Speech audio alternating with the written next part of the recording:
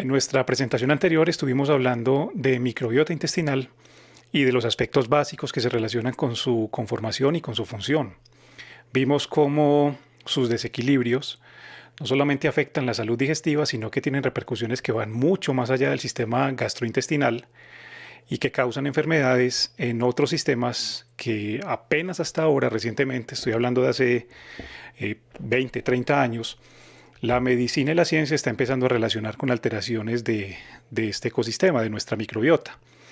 Ante este panorama, pues la pregunta obvia que surge es cómo podemos hacer entonces nosotros para mantener saludable nuestra microbiota intestinal, es decir, qué pasos podemos dar o qué estrategias podemos poner en práctica que nos ayuden precisamente a mantener esta microbiota y que eso obviamente repercuta en nuestra calidad de vida y en nuestra salud. Ese es precisamente el tema de esta presentación y les doy la bienvenida para que comencemos. Con respecto a este tema de microbiota intestinal y a la forma correcta en que debe reponerse o reequilibrarse, lo primero que tendríamos que decir es que a nivel general existe un sesgo en muchas personas, tanto dentro del ámbito médico como del ámbito de otras disciplinas y la población en general, y es que a veces queda la idea de que la solución mágica para reponer la microbiota es tomar suplementos comerciales a base de probióticos.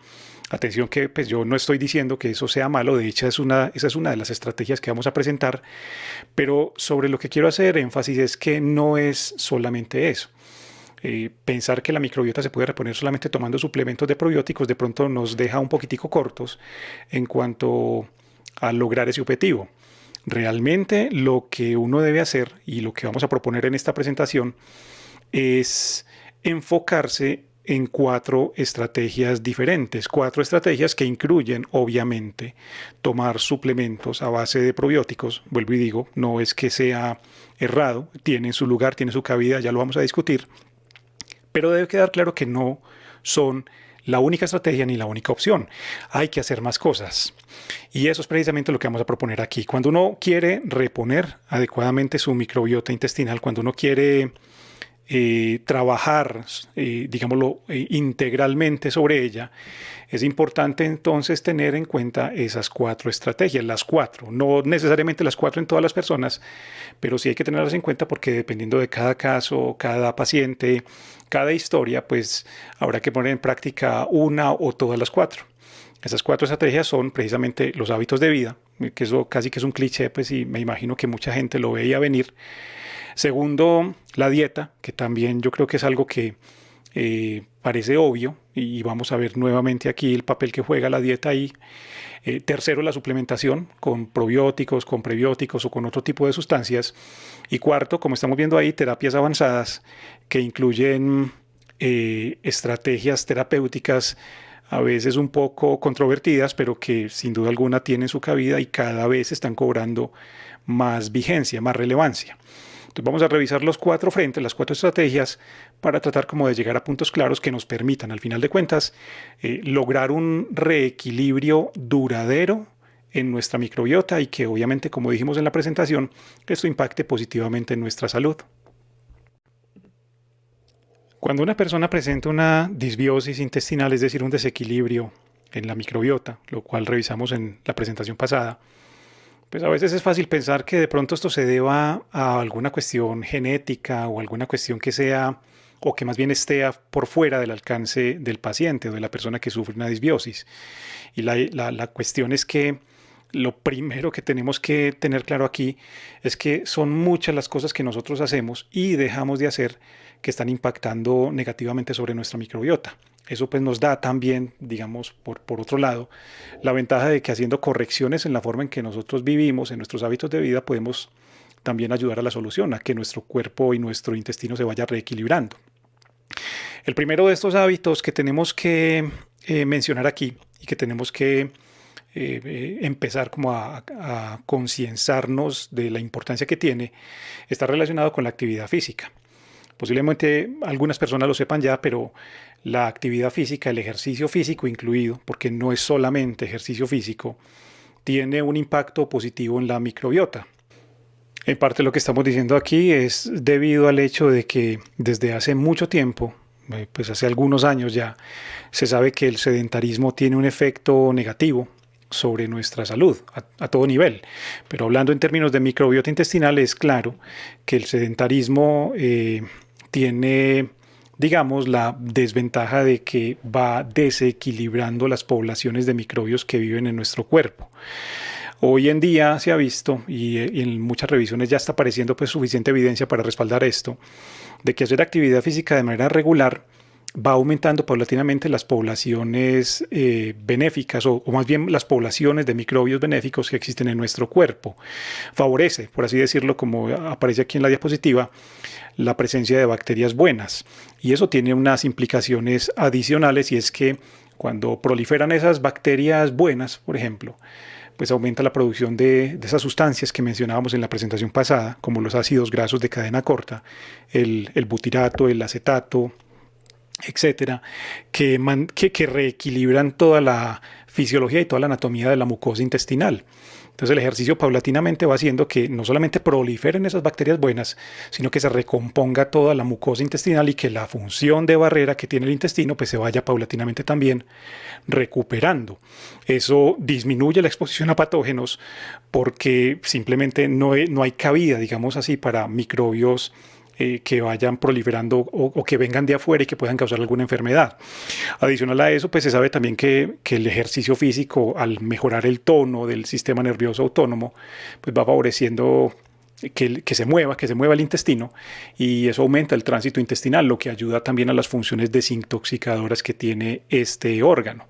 Entonces es muy claro que la actividad física tiene una función benéfica sobre la microbiota. Si yo quisiera reponer mi microbiota intestinal, además de todas las estrategias que vamos a mencionar aquí, uno debe incluir siempre algo de actividad física regular. Estamos hablando de diario, idealmente, o en algunos casos, pues 2-3 veces a la semana, pero que sea siempre regular. Sin embargo, con respecto al ejercicio, tenemos que hacer una pequeña aclaración, y es que lo que hemos dicho acá, hasta este momento, con respecto a la actividad física, aplica sí y solo sí para el ejercicio de intensidad leve a moderada. La clave, como decíamos hace un momento, es la frecuencia, que sea regular, que sea frecuente, pero también la intensidad es importante. El ejercicio físico muy intenso, las rutinas de actividad física muy extenuantes, algo como el CrossFit, por ejemplo, o qué sé yo, esforzarse en demasía, levantando pesos o cosas similares, tiene de hecho un efecto contraproducente, hace exactamente el efecto contrario. La razón es que ese tipo de ejercicios, las rutinas demasiado intensas, lo que gatillan dentro del cuerpo es una respuesta de estrés, y el cuerpo responde muy distinto bajo situaciones de estrés. En estos casos, por ejemplo, lo que se logra al hacer esas rutinas es elevar, de hecho, los niveles de cortisol o de otras hormonas del estrés, lo cual va a empeorar la función de nuestro sistema digestivo y obviamente va a desequilibrar más nuestra microbiota. Esto podría explicar por qué, no en todos, pero sí en muchos atletas y en muchas personas que hacen ejercicio físico regularmente, que uno esperaría que sean pues como muy sanos, es frecuente encontrar molestias digestivas. La razón, con un alto porcentaje de probabilidad, es que se deba precisamente a la intensidad del ejercicio. Aquí hay que tomar el ejercicio como si fuera más bien algo médico, es decir, una medicina, y tratar como de dosificarla para que realmente sí podamos obtener los beneficios que provee desde el punto de vista de nuestra microbiota. Entonces, no rutinas excesivas, intensas, sino actividad regular, que no tiene que ser ejercicio, puede ser algo simplemente como bailar o una actividad de jardinería o algo que implique que uno se mueva, pero que se haga de manera regular, frecuente y, como ya dijimos, con una intensidad leve a moderada. Lo primero que uno podría decir en buena lógica es que uno debería tratar de evitar las situaciones que le generen ese estrés crónico, pero esto obviamente es más fácil decirlo que hacerlo, porque son a veces cosas que se le escapan al control propio, a nuestro control. Pero si ese es el caso, podríamos entonces implementar estrategias como la meditación. Yo creo que la mayoría de las personas que están viendo este video pues saben de qué estoy hablando cuando hablo de meditación, sobre todo ahora en el boom, en la moda del mindfulness, pues la gente sabe qué es meditación o por lo menos la ha oído mencionar si es que no la está practicando ya.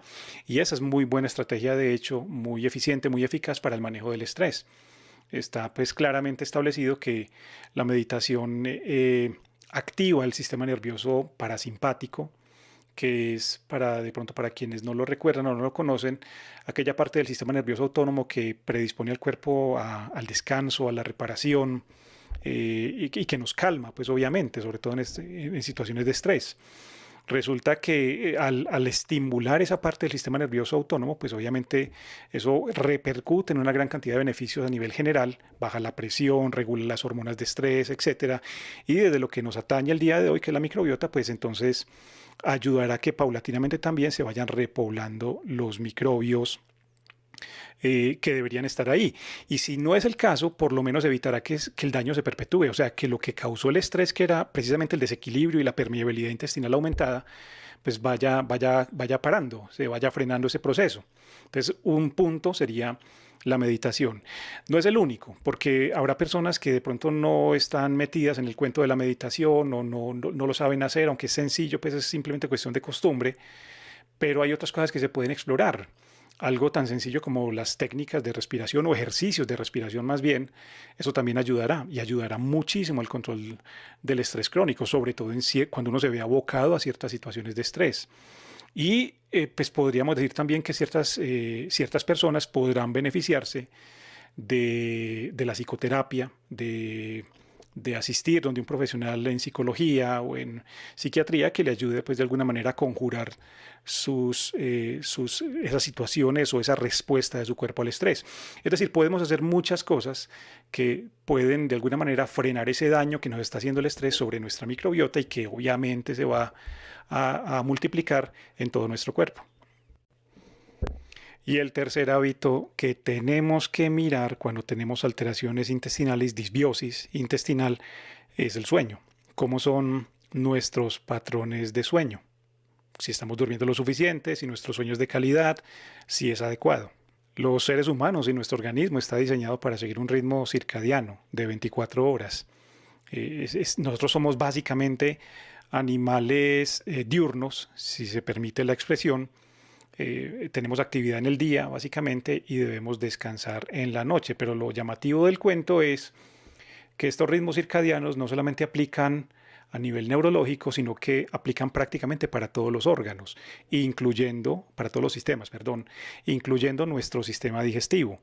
Ese cuento que a veces muchas personas esgrimen acerca de que el estómago y el intestino es un hueco oscuro que no conoce de horarios ni de nada, eso es completamente falso por el hecho de que pues, nuestra microbiota, por ejemplo, se impacta y cambia con el ritmo de 24 horas. Entonces, cuando no dormimos, cuando por la razón que sea interrumpimos el patrón normal de sueño, estamos afectando negativamente nuestra microbiota. Y aquí también existe como decíamos ahorita con el estrés, una afectación negativa bidireccional con el cerebro, porque hoy en día es muy claro que no solamente el insomnio causa disbiosis intestinal, sino que la disbiosis intestinal, merced a lo que hablábamos de la permeabilidad, de la inflamación y de las alteraciones neurológicas, pues causa más insomnio. Entonces el problema va creciendo y va creciendo de manera descontrolada. Y si a eso le sumamos lo que hablábamos hace un instante de el estrés que no se controla o el sedentarismo, pues se van haciendo una idea de la envergadura que puede tener un problema de disbiosis en una persona y todos los hábitos que hay que corregir. La cuestión es que, volviendo a lo que estábamos diciendo aquí, hay que dormir, hay que respetar los patrones de sueño. Desafortunadamente la sociedad moderna, el mundo moderno conspira para que no durmamos porque pues en los momentos en los cuales deberíamos estar preparándonos para el sueño, es decir, cuando cae la luz solar y cuando nuestro ritmo se va teóricamente preparando para el sueño, nosotros prendemos luces artificiales y nos pegamos de pantallas y hacemos actividad porque pues, prácticamente posponemos la hora de sueño hasta muy tarde. Ese tipo de cosas, o por la razón que sea, siempre afectarán negativamente nuestra microbiota. Conclusión, hay que dormir, hay que respetar los ritmos de sueño que tiene el cerebro, el cuerpo, para que impactemos positivamente en nuestra microbiota y obviamente no tengamos o no suframos enfermedades no solamente digestivas, sino muchas otras que se asocian también a no dormir. Y el cuarto hábito que debemos revisar es la ingesta de medicamentos, porque también esto es un punto que afecta negativamente nuestra microbiota. En nuestra sociedad es muy común que las personas estén tomando medicamentos por algún tipo de razón. Y eso no es lo que estamos cuestionando aquí. Aquí lo que estamos cuestionando es que muchas veces los medicamentos se toman o bien porque la persona se los automedica, se autoformula, se los compra simplemente porque los venden sin ningún tipo de restricción o control, o los toma durante mucho tiempo a sabiendas de que no es adecuado. Hay muchos medicamentos que las personas toman y que afectan negativamente la microbiota intestinal. Y si bien si existe una indicación médica hay que hacerlo, porque pues obviamente uno no puede decir que uno no necesita un antibiótico en determinado momento o un antiinflamatorio, un analgésico. La cuestión es que cuando se abusa de ellos, el impacto sobre la microbiota es devastador. Encabezando la lista de estos medicamentos están los antibióticos y los antiparasitarios, que son dos tipos de sustancias químicas de las cuales se abusa mucho. La gente se automedica y la gente en muchos casos, a veces por formulación inadecuada de los médicos, porque uno se puede equivocar también, pero a veces porque se automedican, la gente los toma sin necesidad. Yo he visto muchas veces personas que ante la presunción de que tienen parásitos, porque es simplemente una presunción, es decir, no hay un examen, no hay un paraclínico que respalde el diagnóstico, no expulsó algún tipo de parásito, cosas por el estilo, simplemente toman un antiparasitario cualquiera, qué sé yo, un albendazol, un metronidazol, cualquiera, con la presunción de que están infectados con parásitos o porque van a hacer una dieta o cosas por el estilo. Eso es un error tremendo, porque si bien entonces no se está matando ningún parásito, lo que sí se está haciendo es destruyendo completamente la microbiota intestinal. Pasa lo mismo con los antibióticos. Yo no sé si en todas partes es igual, pero acá, por ejemplo, en Colombia se usa mucho, desafortunadamente, que muchas personas ante un síntoma mínimo de respiratorio, ante los primeros síntomas de un cuadro viral, un cuadro gripal, vayan a una farmacia y se hagan inyectar un antibiótico o compren un antibiótico y empiecen a tomarlo por el tiempo que no es. O sea, un mal uso de este tipo de productos y eso afecta, como estamos diciendo, negativamente pues nuestra microbiota, mata millones de microbios a sabiendas de que no había, como decíamos, una indicación clara para tomar ese antibiótico o ese antiparasitario. No son los únicos. Por ejemplo, en nuestro medio es muy común también que la gente tome de manera crónica sustancias antiácidas, desde hidróxido de aluminio pues, o hidróxido de magnesio, que son como los más populares, hasta ahorita son muy comunes los inhibidores de bomba de protones. De pronto los antihistamínicos H2 no tanto, porque han caído ya en desuso. Pero es muy común encontrar gente tomando, por ejemplo, inhibidores de la bomba de protones como el omeprazol o el lansoprazol por, por plazos muy largos, a sabiendas de que son productos que deberían tomarse con un máximo de, qué sé yo, un mes, 2 meses a lo sumo. Uno encuentra a veces personas tomándolos 2 años, 3 años, 10 años, con las consecuencias que eso implica. Y de hecho, yo diría, de hecho lo puse de tercero con segunda intención, porque además de los antibióticos y de los antiparasitarios, una de las causas principales de disbiosis intestinal es tomar omeprazol por mucho tiempo, tomar lansoprazol por mucho tiempo. La razón es que el ácido que produce nuestro estómago, y yo no recuerdo si lo mencionamos en la presentación pasada, pero el ácido que produce nuestro estómago es una barrera muy eficiente para evitar que microbios que yo me estoy comiendo con los alimentos o que estoy ingiriendo por distintas razones lleguen al intestino y desequilibren la microbiota. Es una defensa. Entonces, si yo quito ese ácido tomando crónicamente inhibidores de la bomba de protones o tomando antiácidos regularmente, pues yo estoy quitando un filtro que evita que mi intestino se pueble de microbios inadecuados. Mucha gente tiene disbiosis precisamente por el hecho de tomar esto durante mucho tiempo y suspenderlo es un cuento, pero hay que tratar entonces de mirar hasta qué punto sí están indicados, porque como decíamos ahora, habrá personas que tienen una indicación médica clara, pero hay personas que lo están tomando en demasía o lo toman durante mucho tiempo a sabiendas de que no es correcto. No son los únicos productos, yo diría que son los tres principales, pero hay muchos más. Los antiinflamatorios no esteroideos, también están en ese grupo.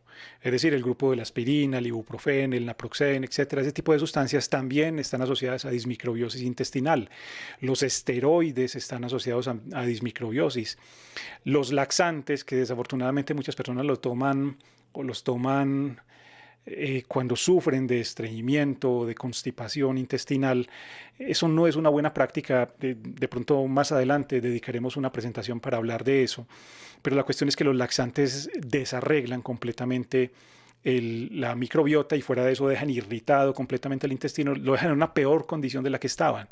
También algunos productos que se usan para el cáncer, como por ejemplo los quimioterapéuticos o ciertos inmunosupresores, terapias biológicas, por ejemplo, medicaciones antipsiquiátricas, anticonceptivos hormonales, o sea, son muchos. El corolario de esto es claro, es que si existe una indicación médica, pues se deben tomar, claro. Pero la cuestión es no abusar de ellos, no tomarlos sin necesidad, pensarlo 2 veces antes de tomar un medicamento como estos o cualquiera y tomarlo por el tiempo que dure el tratamiento, no extenderse ad infinitum tomando un medicamento de estos que va a tratar pues o que va a generar un problema mayor. Y hay algunos hábitos adicionales que deberíamos también mencionar, aunque yo soy consciente de que de pronto están más relacionados con la dieta, que es lo que vamos a discutir a continuación. De todas maneras, vale la pena mencionarlos aquí. Por ejemplo, hábitos como el tabaquismo, es decir, el fumar, o hábitos como el consumo excesivo de café o de alcohol. Eso también afecta negativamente la microbiota. Esas son cosas que tendríamos que identificar en una persona para saber o para recomendarle, o si es el caso de ustedes, que disminuyan paulatinamente esos hábitos y que los supriman del todo. Aunque hay una pequeña aclaración aquí, es que con la cafeína pasa una cosa muy particular y es que la cafeína tiene un efecto ambiguo sobre la microbiota intestinal, es decir, en pequeñas cantidades puede inclusive ser hasta beneficiosa, ¿sí? Pero la cuestión es que con las toneladas de café que a veces toma la gente, pues el efecto es completamente deletéreo. Entonces, si la persona o si es el caso de alguien que nos está viendo y tiene esos hábitos, pues también sepa lo que son hábitos que afectan negativamente a la microbiota y que si quiere mantener su microbiota en buenas condiciones, tiene que disminuirlos y suprimirlos, obviamente. La segunda gran estrategia que tenemos que implementar para cuidar nuestra microbiota está relacionada con la dieta. Esto, como decía yo hace un momento, pues de cierta manera es esperable porque en medicinas alternativas, complementarias, en medicina bioreguladora como la que practico yo, la dieta es un pilar fundamental para, para tratar cualquier enfermedad. Y en el caso particular de la microbiota, pues es fundamental por el hecho de que yo me atrevería a decir que ese es uno o es el principal factor modificante o determinante de la calidad y de la alteración de la microbiota que tengamos en determinado momento. La microbiota intestinal es muy dinámica y responde muy rápido a lo que nos comemos, a cualquier tipo de sustancia que ingerimos. Y es por eso que cuando uno revisa la dieta de una persona o cuando una persona quiere modificar para bien su equilibrio intestinal, tiene que empezar a detectar los alimentos que sabemos que causan daño sobre estos microbios y empezar a suprimirlos o a disminuirlos lo más que se pueda. ¿Cuáles alimentos? Por ejemplo, la leche animal. El consumo de leche animal, y recuerden que le hemos dedicado ya bastantes espacios a hablar de la leche animal, trae consecuencias desde el punto de vista digestivo y de la microbiota por el exceso de lactosa que tiene y sobre todo por esa combinación lactosa-proteína que altera para mal la barrera intestinal. El exceso de carne roja o de cárnicos, cuando se come carne en exceso, también aplica para la blanca, pero pues es sobre todo, principalmente para las carnes rojas. Eso va haciendo que la microbiota de una persona vaya cambiando paulatinamente hacia una microbiota de putrefacción, que es la misma que aparece en un cadáver cuando se está descomponiendo. Hay que recordar en este punto en particular que nuestro sistema digestivo y particularmente nuestro colon es una cámara fermentadora que difícilmente manejará microbiotas de putrefacción y que hacen que uno comience de hecho a autointoxicarse a partir de su propio intestino. También el exceso de grasas saturadas que están en nuestro medio, sobre todo asociadas a los alimentos de origen animal, carnes, leches, huevo, etcétera, cuando se comen en exceso, tienen un efecto proinflamatorio dentro del intestino que genera toda esa consecuencia lo que causa pues la disbiosis. Los excesos de azúcar y de harinas refinadas, tan común también en nuestro medio, en nuestra dieta moderna. Azúcar que no es solamente pues, el azúcar visible que comemos, sino el azúcar oculta que viene en postres, productos, refrescos, etcétera, en golosinas. Ese tipo de productos daña completamente nuestra microbiota. El exceso de harinas, como decíamos, porque permiten la proliferación excesiva de ciertos hongos como la cándida, que desarreglan completamente el equilibrio del sistema digestivo. Y los ultraprocesados, es decir, productos industriales de paquete, por así decirlo, que están llenos de químicos extraños, entre colorantes, aditivos, saborizantes, preservantes, espesantes, emulsificantes, una gran cantidad de sustancias que muchas veces son directamente perjudiciales para la microbiota porque la destruyen, la matan. Y en otros casos, pues desarreglan completamente el equilibrio químico. Uno podría prácticamente hablar en una sola presentación, en un solo video, de todos estos alimentos como causales o como dañinos para nuestra microbiota. Hay que detectarlos para una persona que quiera equilibrar su intestino, para que los empiece a suprimir o los empiece a cambiar o los empieza a mesurar para que su dieta pues obviamente no sea el factor que le está dañando su microbiota. También es muy frecuente en nuestro medio que la dieta que llevamos pues no tenga suficientes cantidades de ciertas sustancias reguladoras importantes para nuestro organismo y para obviamente la microbiota. Dos ejemplos son los que están viendo en la diapositiva, los omegas, los omegas 3 y 6, particularmente las grasas poliinsaturadas que son esenciales. Eso es muy común que falten, sobre todo el grupo del omega 3 es muy común que falte en nuestra dieta y ese tipo de carencias afecta negativamente nuestra microbiota. También ciertas restricciones o ciertas carencias de vitaminas, sobre todo en dietas que están muy cargadas en alimentos procesados, en alimentos industrializados, que tienden a tener carencias de ciertas vitaminas y minerales, afectan negativamente nuestra microbiota. Y la grasa trans, ahora que se me pasaba en la diapositiva anterior, mencionarla que también tiene un efecto dañino directo sobre la microbiota intestinal. Todo este tipo de cosas, pues, como decía hace un momento, hay que detectarlas para poder tratar de irlas cambiando paulatinamente. Vale la pena también hablar, ahora que estamos hablando de dieta como factor a modificar para equilibrar nuestra microbiota, del consumo de fibra dietética.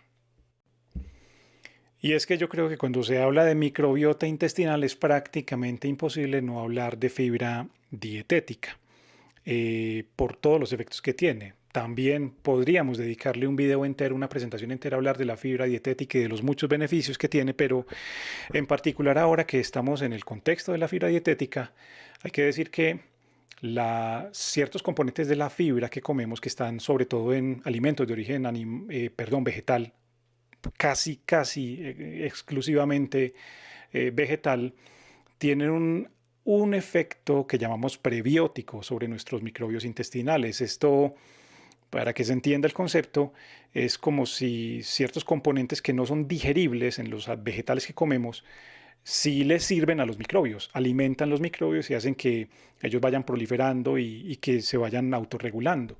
Eso está básicamente en la fibra dietética, como dijimos, la que viene de fuentes normales, es decir, de los productos principalmente de origen vegetal. A veces uno se encuentra personas que sufren de problemas intestinales y que tienen problemas de colon o similares, que consumen suplementos de fibra. Esos suplementos de fibra que vienen a base, por ejemplo, de no sé, qué sé yo, inulina o fructoligosacáridos que vienen, por ejemplo, en el psyllium y similares, pueden ayudar a regular la microbiota, pero hay que hacer la aclaración de que los mejores efectos prebióticos que tiene la fibra dietética, además de los otros efectos benéficos que tiene para el cuerpo, se producen es cuando se consume de manera natural. O sea, los suplementos de fibra pues sí pueden ayudar, pero nunca el efecto va a ser tan bueno como cuando sí comemos la fibra dietética en la dieta como es la forma normal en la que deberíamos comerla. Y ya habiendo esbozado como los principales culpables en nuestra dieta de que nuestra microbiota se desequilibre, pues entonces la pregunta obvia es ¿qué podemos hacer? Y la respuesta a esa pregunta es que deberíamos tratar de implementar patrones de alimentación o dietas, si se quiere la palabra, patrones de alimentación que sean más saludables o que se hayan reconocido como muy saludables.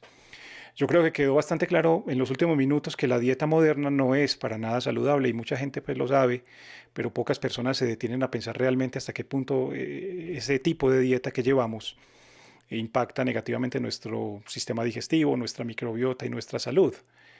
Eh, para corregir eso podríamos, por ejemplo, mirar con detenimiento y también podríamos hablar bastante largo y tendido de eso en otra ocasión, el patrón, por ejemplo, de la dieta mediterránea, un patrón de alimentación muy conocido y que ha probado y ha pasado la prueba del tiempo y ha probado ser muy, muy saludable por distintas razones, porque realmente es un patrón de alimentación complejo, pero tiene o corrige más bien muchos de los errores que estábamos esbozando aquí. Por ejemplo, no consume o no incluye altas cantidades de carnes rojas, por ejemplo.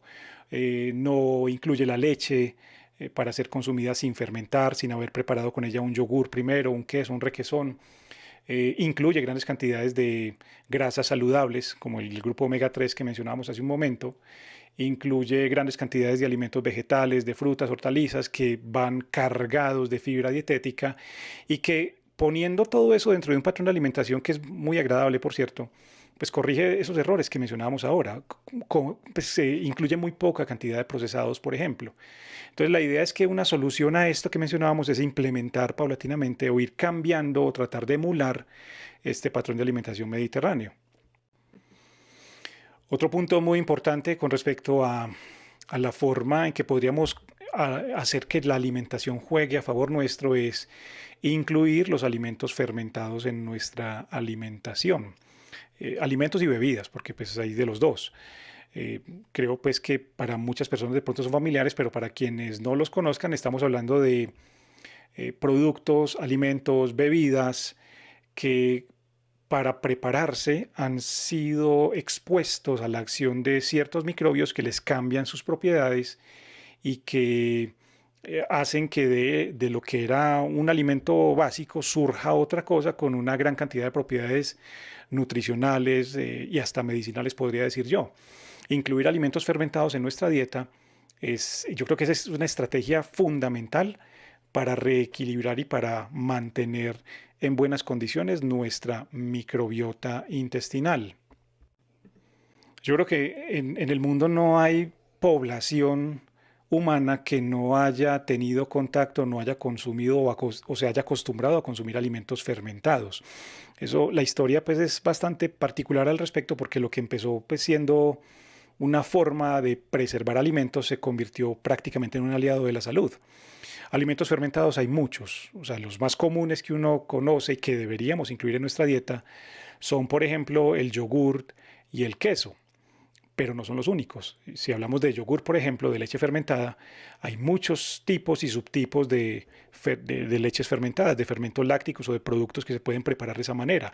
Y cada uno tiene su propio perfil de microbios. Cuando uno los come, está comiendo un alimento con muy buenas propiedades nutricionales y con ciertos grupos de microbios que van a actuar enseguida, mencionamos como en nuestro intestino. Pero no son los únicos. Hay muchos más. Está el kéfir de agua, está el kéfir de leche, está la kombucha, el chucrut, el miso, por ejemplo. Es decir, hay muchos productos, porque como decíamos hace un instante, prácticamente los fermentados han estado desde siempre con nosotros, desde que prácticamente empezamos el neolítico y empezamos a domesticar los alimentos. Entonces, lo que uno que tendría que hacer básicamente es incluirlos en la dieta. Desafortunadamente muchas personas no los consumen ni siquiera ocasionalmente y esto es un error porque está claramente probado que los alimentos fermentados mejoran para bien, pues valga la redundancia, mejoran mucho nuestro ecosistema intestinal. No tanto porque y esto es una cosa muy, muy curiosa, no tanto porque los microbios que están ahí vayan a reponer o a repoblar los microbios de mi intestino. De hecho, eso casi no lo hacen. Por lo que hablamos hace unos instantes acerca de la barrera ácida que significaba mi estómago. Mi estómago mata microbios con el ácido para evitar que logren llegar hasta el intestino. Y aunque algunos sobrevivan, realmente no son suficientes como para decir que van a cambiar todo el entorno de la microbiota. Parece que los alimentos fermentados, cuando se consumen regularmente y en una variedad importante, lo que hacen es básicamente interactuar a través de sustancias químicas que se producen durante la fermentación del alimento y que son las que van a influenciar positivamente el microbioma. No tanto porque, como decíamos hace un instante, no tanto porque ellos vayan a sembrarse ahí en mi intestino y vayan a vivir ahí, sino porque lo van modificando paulatinamente a través de interacciones químicas y genéticas también. Entonces la cuestión es que la clave aquí es interesarse por los fermentados, interesarse en cómo hacer, no comprar industrialmente, sino cómo hacer chucrut, cómo hacer kéfir, cómo preparar un yogur, un queso, muchos alimentos, la kombucha, que sabemos que representan beneficios importantes para nuestro cuerpo. Ese es un pilar o una cosa importante, además de quitar lo malo que tiene nuestra dieta que mencionamos hace un momento. Y ya habiendo mencionado los puntos principales que se asocian a la dieta, o sea, tanto lo que debemos corregir en la dieta como lo que deberíamos empezar a consumir para ayudar a reponer nuestra microbiota, vamos a continuación a hablar de la suplementación con probióticos y con prebióticos. Aunque hay que hacer una pequeña claridad aquí, es que hace un instante que hablábamos de alimentos fermentados, pues esos podrían teóricamente entrar en la categoría de probióticos, pero a lo que quiero referirme en este apartado es particularmente a la suplementación con productos que vienen con microbios intestinales o microbios en general en altas concentraciones. Es a eso a lo que queremos hacer referencia.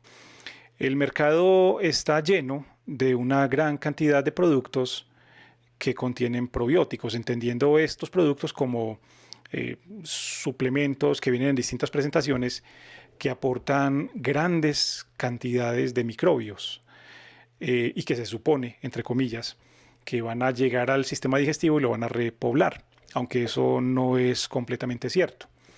La cuestión es que, como decía hace un momento, el mercado está lleno, hay muchos productos que se preconizan con una u otra ventaja y que dicen pues que son probióticos, pero todavía hay muchas lagunas en cuanto a la forma en que actúan estos suplementos y en cuanto a si hay uno que realmente sea mejor que el otro.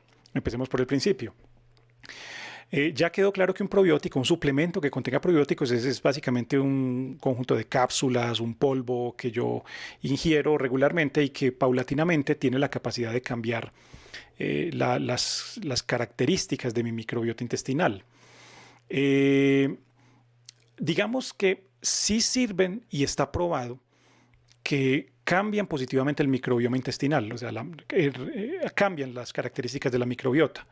Sobre todo los suplementos que vienen con grandes concentraciones de ciertos microbios como lactobacillus, por ejemplo, acidophilus, o lactobacillus bulgaricus, o por ejemplo sí, el lactobacillus rhamnosus. Son ciertas cepas que han probado ser de cierta manera más efectivas que otras. Pero la cuestión es que deben ser considerados como terapias de choque. Es decir, la suplementación con probióticos tiene su lugar cuando uno está tratando o cuando uno está sufriendo una disbiosis y está muy sintomática, está muy desordenado el ecosistema intestinal. Ahí ellos ayudarían muchísimo mientras la persona está haciendo los cambios que debería hacer en sus hábitos, que son los que hemos visto hasta este punto. Serviría mucho. Pero también se ha visto un fenómeno muy particular con los probióticos y es que si yo cifro mis expectativas de reponer la microbiota y mantenerla solamente en la ingesta de probióticos, estoy cometiendo un error.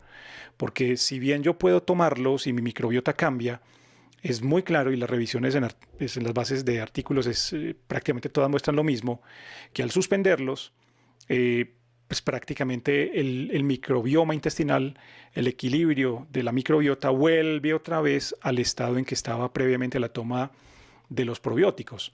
Como digo, eso no quiere decir que no sirvan y que no tengan su lugar, pero lo mejor sería obviamente tomarlos durante un tiempo y siempre acompañarlos de los cambios que deben hacerse de fondo en nuestros hábitos de vida y en nuestra dieta. Aplica lo mismo para los prebióticos. En el mercado hay suplementos que traen prebióticos. Recuerden que hace un momento decíamos que prebiótico era básicamente una sustancia no digerible que mi cuerpo no aprovechaba, pero que sí le servía a mis microbios. Era comida, entre comillas, para los microorganismos de mi microbiota. El mercado tiene suplementos que traen prebióticos y se pueden ingerir en compañía de los probióticos. Pero la cuestión es que hay dos cosas aquí, es que pasa lo mismo, o sea, yo no puedo crear una dependencia a un suplemento comercial ni de probióticos ni de prebióticos, yo lo que debería hacer son cambios de fondo en mi vida. Y segundo, recuerden que decíamos hace un momento que una de las mejores fuentes de prebióticos es la fibra dietética, que debe estar incluida dentro de una dieta sana, como decíamos hace un momento. Entonces la cuestión es que a lo que quiero llegar es que la suplementación con probióticos sirve, tiene su lugar en cuanto a la capacidad para reponer la microbiota, pero solos no. Deben ir acompañados de cambios en el estilo, de cambios en el patrón de alimentación, del sueño, de lo que hablamos del hábito, del tabaco, tomar medicamentos, para que realmente sí tengan un efecto a largo plazo. Aplica lo mismo también para los prebióticos. Y hablemos finalmente, después de mencionar algunos puntos sobre la suplementación con probióticos, de algunas estrategias o terapias más avanzadas en cuanto a reposición de microbiota intestinal.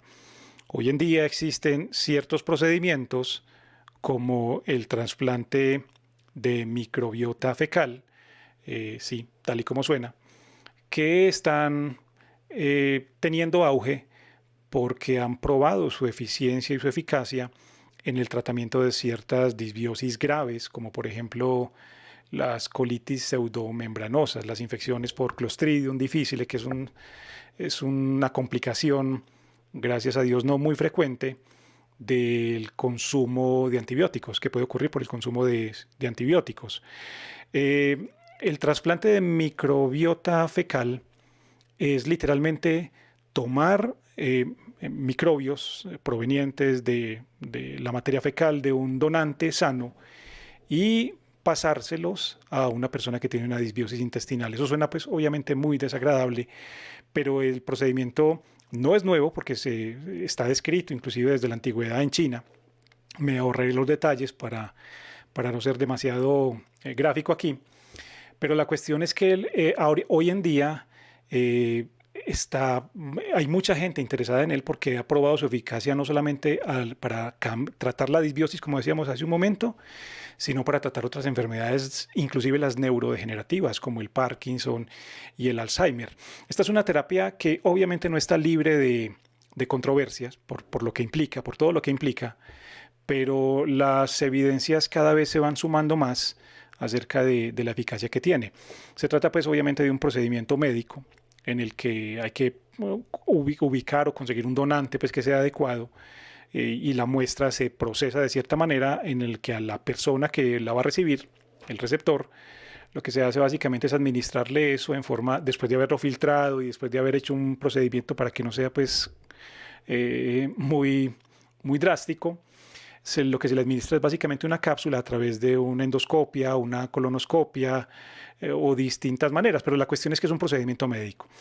Yo lo quería mencionar es simplemente por el hecho de que es un procedimiento que, pues, pese a lo desagradable que pueda sonar, está cobrando relevancia también, sobre todo para el tratamiento de disbiosis graves.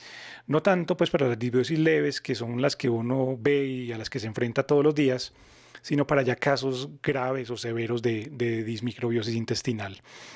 Yo diría que la mayoría de las personas podrían quedarse simplemente con las 3 pautas iniciales que dimos, es decir, con los cambios en los hábitos de vida, con los cambios en la dieta y con la suplementación con probióticos y prebióticos eventualmente.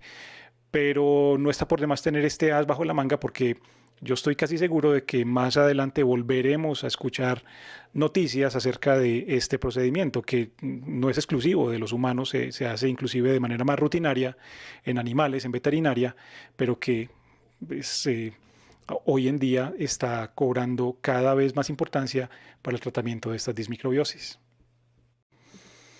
Muy bien, y para ir cerrando esta presentación, entonces creo que ustedes coincidirán conmigo en que el tratamiento de una disbiosis, es decir, lo que uno podría hacer para reponer y equilibrar y mantener la microbiota, si bien no es complejo, no es un un asunto que sea de un solo factor. Es decir, es la suma, la conjugación de muchas estrategias diferentes. Como decíamos en la introducción, sería un error pensar que la solución, por ejemplo, a una dismicrobiosis sería solamente empezar a comer alimentos fermentados en la dieta. Eso podría ayudar temporalmente, pero no es la solución a todo el problema. Tampoco lo es tomar una cápsula diaria una o dos cápsulas diarias de un probiótico determinado de un laboratorio X o Y, porque como decíamos hace un momento, requiere también otras intervenciones para que realmente ese tratamiento sí dé réditos a largo plazo. La cuestión es que si nos queremos aproximar de manera integral, holística, aquí cabe la palabra, a una disbiosis intestinal y si queremos que obviamente esto cambie para bien nuestro equilibrio intestinal, nuestro sistema digestivo, nuestra calidad de vida y nuestra salud, tenemos que enfocarlo desde todos los puntos de vista que mencionamos aquí. Si no se abordan todos estos aspectos y sin el ánimo de ser pesimista, uno se atrevería a decir que cualquier intervención que se haga sobre la microbiota intestinal pues está destinada al fracaso. Es decir, si solo se trata uno solo de los aspectos. Si solo yo tomo probióticos, por ejemplo, pues puede que durante un tiempo esté bien, esté mejor de mis síntomas, pero tarde o temprano volveré a recaer. De hecho, la mayoría de las personas que sufren de problemas digestivos y que tienen disbiosis intestinal, pues recaen es por eso, porque no se abordan todos los frentes para un tratamiento realmente integral, realmente holístico. La idea es aproximarse desde todos los puntos para que la mejoría sí sea duradera. Yo espero que la información que compartimos aquí pues, les sea útil de alguna manera, sobre todo si sufren de intestino irritable o de algún tipo de trastorno gastrointestinal, gastritis, reflujo, etcétera. Recuerden que no es solamente el sistema digestivo quien está enfermo, sino que es todo el cuerpo que está manifestando la disbiosis intestinal que se tiene. Cualquier duda que les surja o cualquier pregunta que tengan y que les podamos colaborar, nos pueden escribir a los contactos o en las redes sociales de Incara. Y muchas gracias por la atención. Esperamos vernos en un nuevo video más adelante. Muchas gracias.